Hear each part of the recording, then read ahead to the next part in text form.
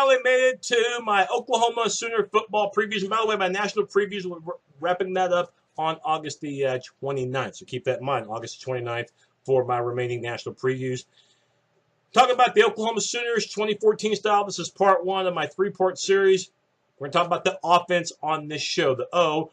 And before we get into that, how about Bob Stoops? Hard to believe this is year number 16 at the helm as Sooner head coach for Bob Stoops. Seemed like not that long ago that Joe Castiglione announced Stoops as the head coach. And what a magical ride it's been with the national championship on his resume, coaching in 3 other national title games during his tenure, 8 Big 12 championships, coached a couple of Heisman Trophy winners.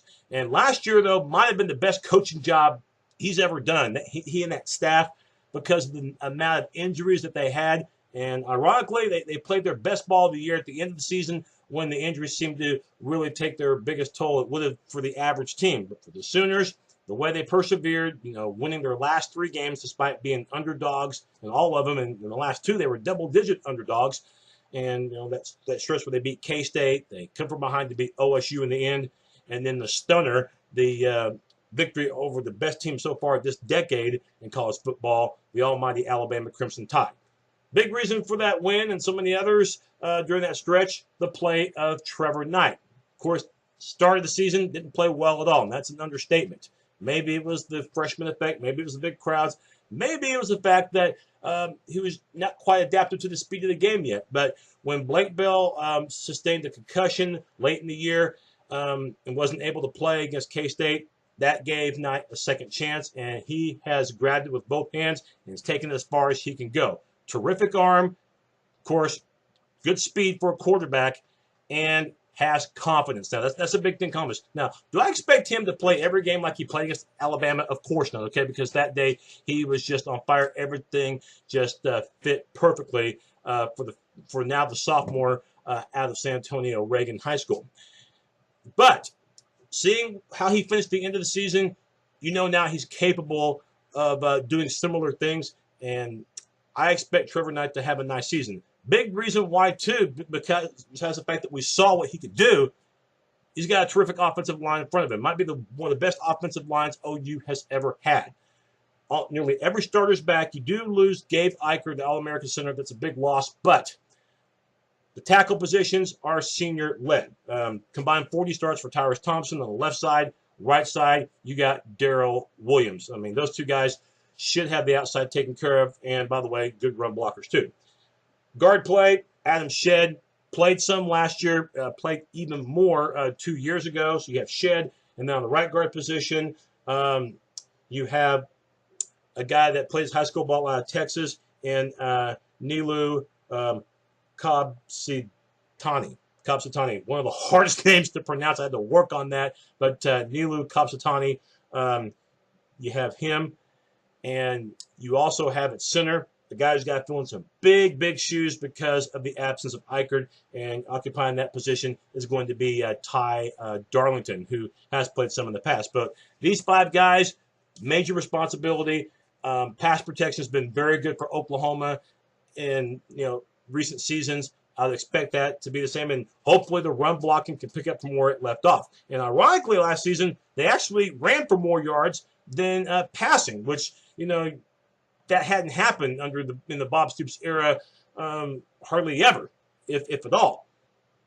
Running game this year, miss your top 3 rushers from a year ago.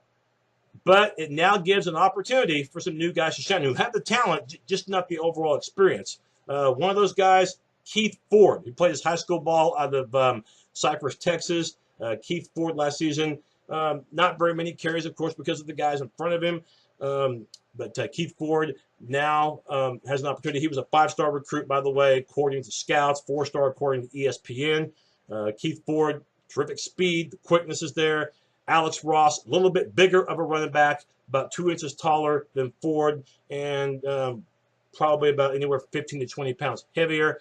But a guy that will make contact, hard to bring down. Of course, had a decorated career at Jinx High School. So you have Ford, you have Ross, a couple sophomores in the backfield. And what about the fullback? Of course, one of my all-time favorite Sooners was Trey Millard, and I still feel bad to this day about that injury in the Texas Tech game, which ended his collegiate career. Here's a guy that could do a little bit of everything. I don't know if you'll ever find a player like that, but the Sooners at fullback, I think, will still be in fairly good shape with Aaron Ripkowski. Saw a little bit of what he could do in the absence of Millard, especially against the Kansas State game where we saw him get quite a bit of action. And he was, like I said, really utilized during the second half of 2013 for the Crimson and Cream. Dimitri Flowers, remember this name, just a freshman. Right now, he's inserted as the starter in the backfield. So we will see how he handles that role. Just like Trevor Knight, he is from San Antonio, but he played at Churchill High School.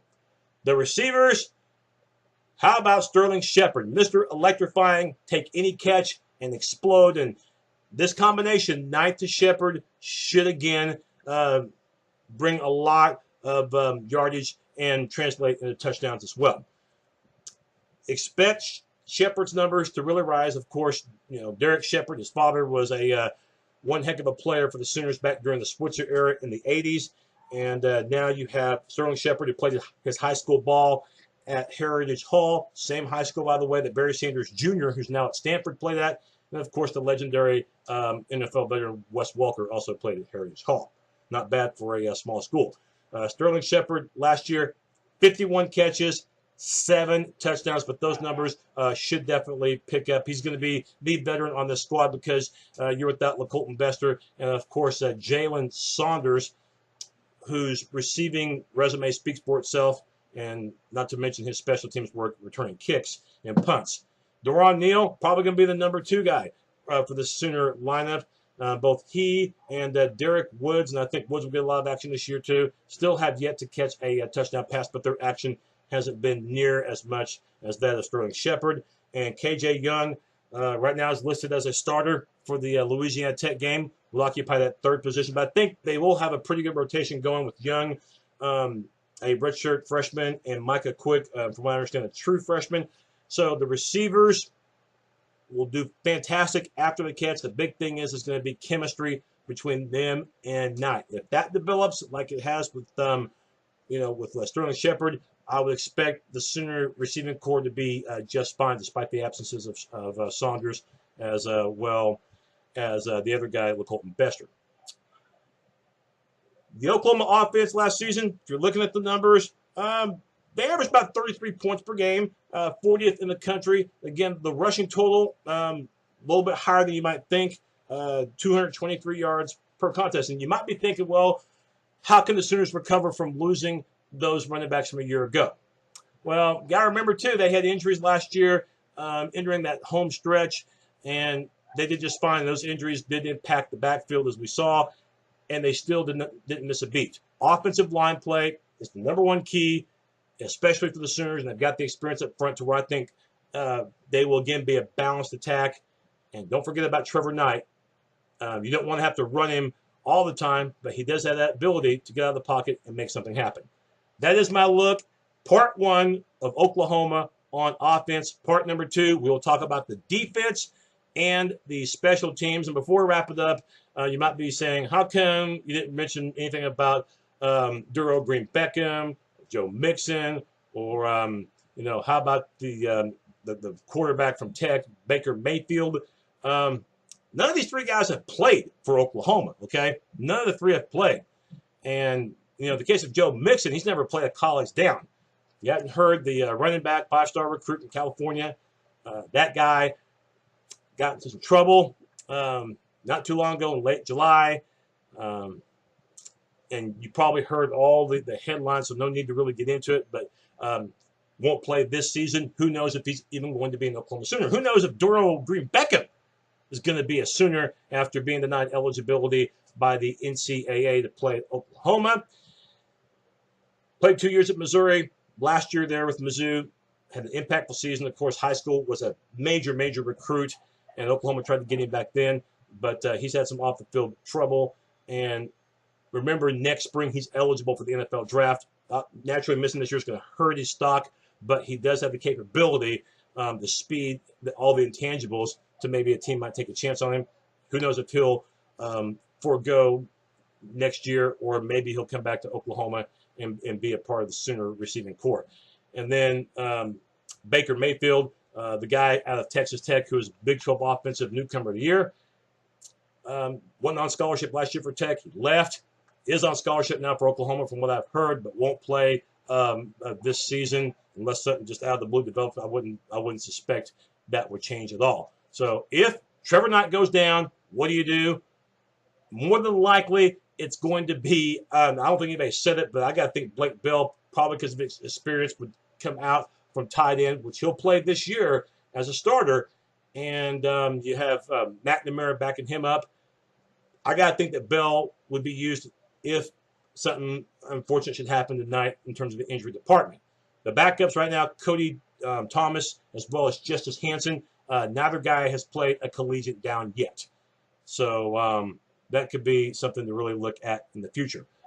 That's my look at Oklahoma. Like I said, look for them to have a really good offensive season. And I look for the defense to do just as good. They had most of their starters back. We'll talk about them on the next show. Bye, everybody.